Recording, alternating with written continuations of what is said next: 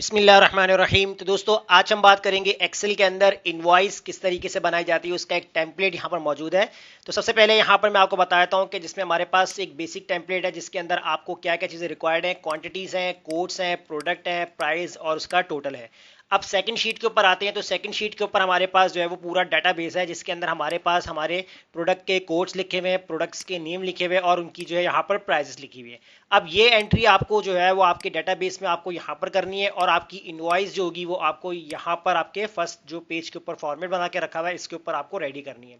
तो आपको सबसे पहले काम क्या करना है, यहाँ पर आप सबसे पहले शीट नंबर 2 पे आएंगे और शीट नंबर 2 के अंदर देखें जो आपके पास यहाँ पर जो डेटाबेस है, इस डेटाबेस के अंदर जो कोड्स का कॉलम है, आपने क्या करना है, पहले इस कोड वाले कॉलम को सेलेक्ट करना है और इस कोड को आपने एक नाम देना है। तो यहाँ पर मैं चला जाता हूँ फॉर्मूला पे।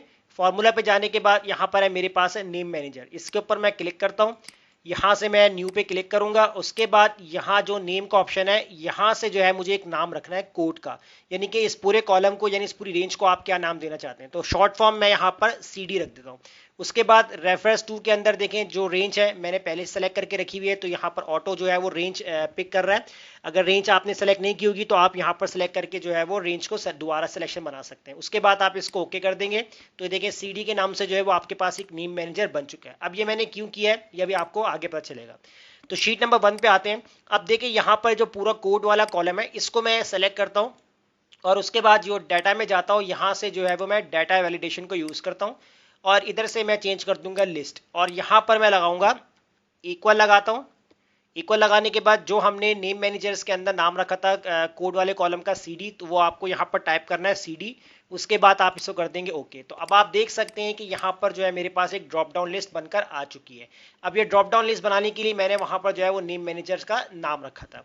अब यहाँ पर जो भी मैं कोड सेलेक्ट करता हूँ, जिस तरीके जैसे मैंने MS सेलेक्ट किया, तो MS के अकॉर्डिंग जो भी मैं कोड सेलेक्ट करता हूँ तो मुझे यहाँ पर इसका प्रोडक्ट, उसकी प्राइस और उसका यहाँ पर मुझे टोटल मिल जाए। अब ये ऑटो कैसे काम होगा, आपको क्या करना है, सबसे पहले अपने शीट नंबर 2 पे जाना है। अब शीट नंबर 2 पे अगर आप जाते हैं तो देखिए यहाँ पर आपको जो आपका डाटाबेस है, इस पूरे डाटाबेस का आपको एक नाम देना है।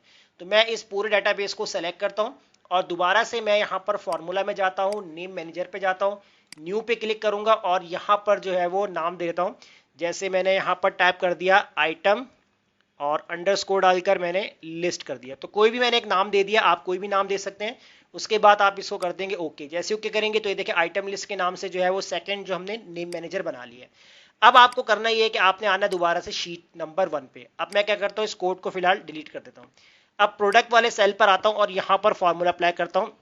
तो फार्मूला अप्लाई करने के लिए सबसे पहले मैं आपको एक चीज़ रिमाइंड करवाता हूँ कि VLOOKUP के फॉर्मूले को हम जो है यहाँ पर अप्लाई करेंगे और दूसरी शीट का डाटा हम अपनी पहली वाली शीट के अंदर लेकर आएंगे। अब याद रखें ये आपका है टेबल है, तो टेबल के अंदर प्रोडक्ट वाला कॉलम 2 होगा, प्राइस वाला कॉलम नंबर 3 होगा। तो अब आते वापस दोबारा शीट नंबर 1 पे। तो यहाँ पर कंडीशन कुछ इस तरीके से लगाएंगे, हमने इक्वल लगाना है। उसके बाद आपको टाइप करना है if bracket open. Logical test के अंदर आपको सबसे पहले यहाँ पर इस ब्लैंक का फॉर्मूला आपको राइट डाउन करना है। इस ब्लैंक का फॉर्मूले के अंदर वैल्यू आपसे पूछ रहा है, तो वैल्यू के अंदर आपने कोड वाले सेल सेलेक्ट करना है। उसके बाद आपने ब्रैकेट क्लोज करना है। अब आपने कंडीशन बनानी है कि अगर आपका ये वाला सेल ब्लैंक होता है कॉमा, तो आपके पास ब्लैंक ही रहे, तो डबल कोटेशन बनाएंगे, open double quotation close comma. Otherwise false condition के अंदर आपको यहाँ पर VLOOKUP का फॉर्मूला राइट डाउन करना है। लुकअप वैल्यू के अंदर आपको यहाँ पर सेलेक्ट करना है आपके कोड वाले सेल को, क्योंकि यही आपको सर्च करवाना है कोड, और उसके बाद आपको यहाँ पर कॉमा लगाना है। टेबल एरे के अंदर अब आपको शीट नंबर 2 पे जाने की जरूरत नहीं है, आपने उस पूरी शीट का एक नाम दिया था। जैसे आपने यहाँ पर आइटम लिस्ट के नाम से जो है सेलेक्ट किया था, आपने इसको यहाँ पर कॉल कर दिया आइटम लिस्ट। उसके बाद आपने कॉमा लगाया। कॉलम इंडेक्स के लिए आपने जो है वो प्रोडक्ट वाला कॉलम वो आपका सेकंड था, तो आपने यहाँ पर 2 लगाया कॉमा, एग्जैक्ट मैच के लिए 0 ब्रैकेट क्लोज। तो ब्रैकेट क्लोज कर देंगे, ये आपका VLOOKUP का हो जाएगा। एक और ब्रैकेट क्लोज कर देंगे, ये आपका इफ वाले फॉर्मूले का हो जाएगा। उसके बाद आप कर देंगे एंटर। जैसे इंटर करेंगे देखें फॉर्मूला अप्लाई हो चुका है। इस फॉर्मूले को मैं कर दूंगा ड्रैग। जैसे ड्रैग करूंगा, अभी देखें यहाँ पर हमने कंडीशन बनाई थी कि अगर आपका ये वाला सेल ब्लैंक होता है तो प्रोडक्ट वाला सेल भी आपका ब्लैंक ही रहेगा। तो अब आपने क्या करना है, यहाँ से एक प्रोडक्ट सेलेक्ट की MS। जैसे आपने सेलेक्ट किया तो देखिए यहाँ पर लिखा हुआ आ गया है शॉर्ट फॉर्म MS, जो है मैंगो शेक, यानी उसकी प्रोडक्ट का नेम लिखा हुआ आ गया। अब प्रोडक्ट को हम यहाँ सेलेक्ट कर रहे हैं, लेकिन उसकी प्राइस भी चाहिए हमें और उसका टोटल भी चाहिए। अब आपको करना ही है कि इसी फॉर्मूले को आपने अप्लाई करना है। तो अब यहाँ पर आप इस फॉर्मूले को रिपीट भी कर सकते हैं। चलो हम इसको दोबारा से अप्लाई करके देख लेते हैं, ताकि आपका जो है वो एक बार रिवीजन हो जाएगा।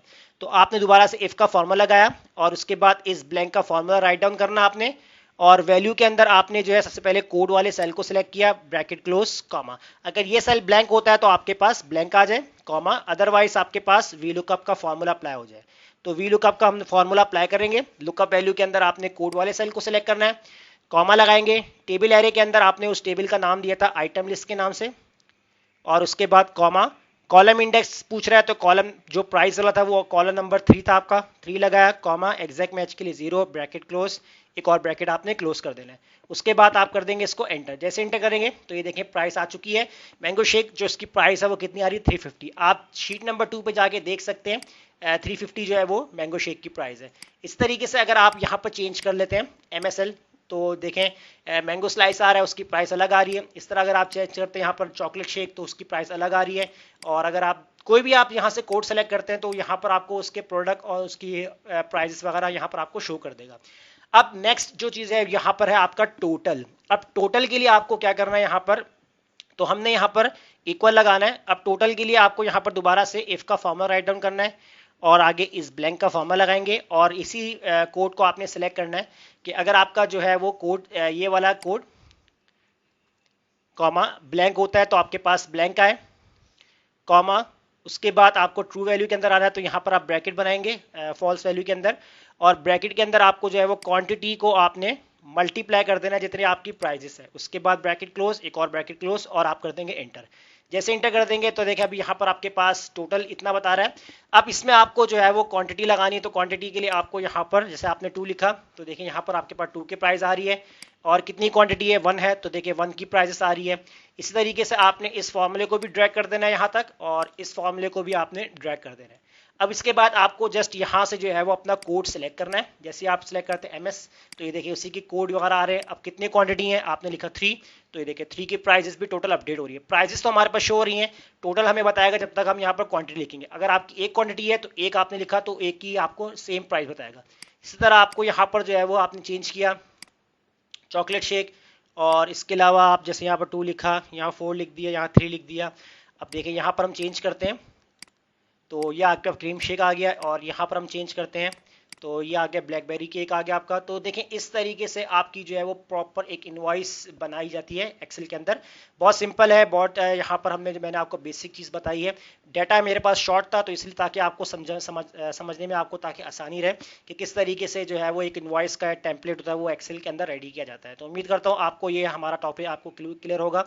तो कोई प्रॉब्लम हो तो कमेंट में ज़रूर बताइएगा। तब तक अपना ख्याल रखिएगा, मुझे इजाज़त दीजिए, अल्लाह हाफिज़।